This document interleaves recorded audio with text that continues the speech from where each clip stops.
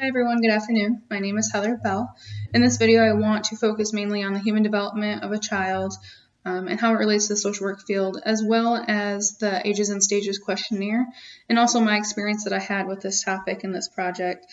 When working with children in the social work field, I think it's very important that we have a good understanding of the family structure, the family development, also to focus mainly on the child's development, see where they're at mentally and physically. Without this knowledge, we don't really have a clear expectation of how to treat or how to provide proper therapy services. I think also knowing where a child is mentally and physically helps us to maintain good relationships with the parents, and also allows the parents to gain insight and understanding as well. I think that in this assignment, I felt that the Ages and Stages questionnaire was a great tool to utilize. When asking all the questions for my child, I was able to basically gain an understanding where they were at cognitively and physically.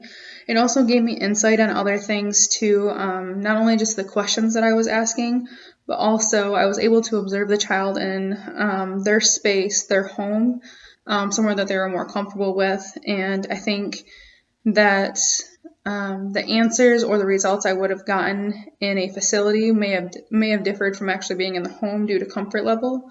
I do think that I was able to observe a little bit more of the reactions of the child. For instance, when working with my child on writing or drawing shapes or numbers, I was able to see hand movements that were a little intriguing or interesting to me, something that I observed that I did relate to the foster parent.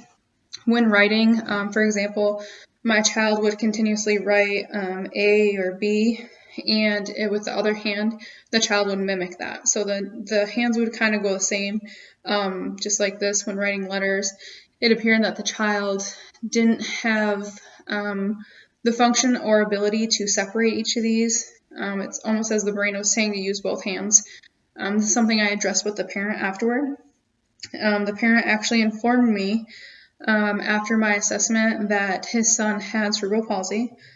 At the time, I did not know this. The child is very high functioning, so the cerebral palsy that child has is very mild and almost non-existent in appearance.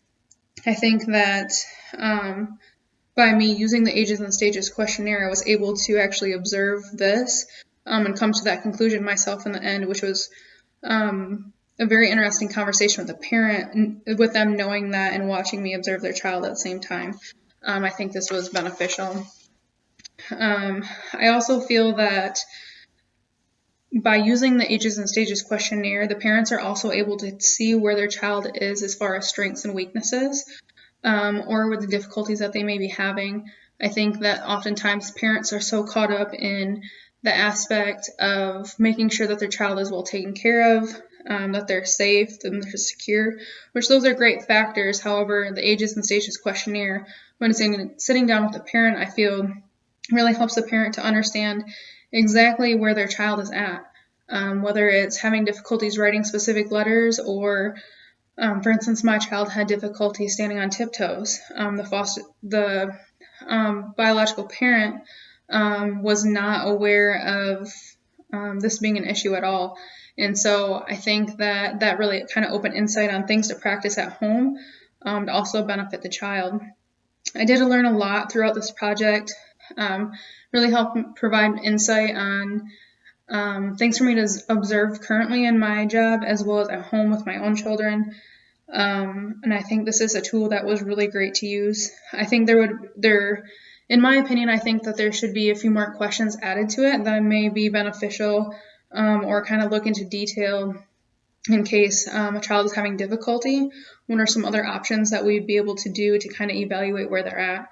Overall, I think this was a great project, and I look forward to hearing everyone else's videos and what they experienced and any difficulties that they may have had.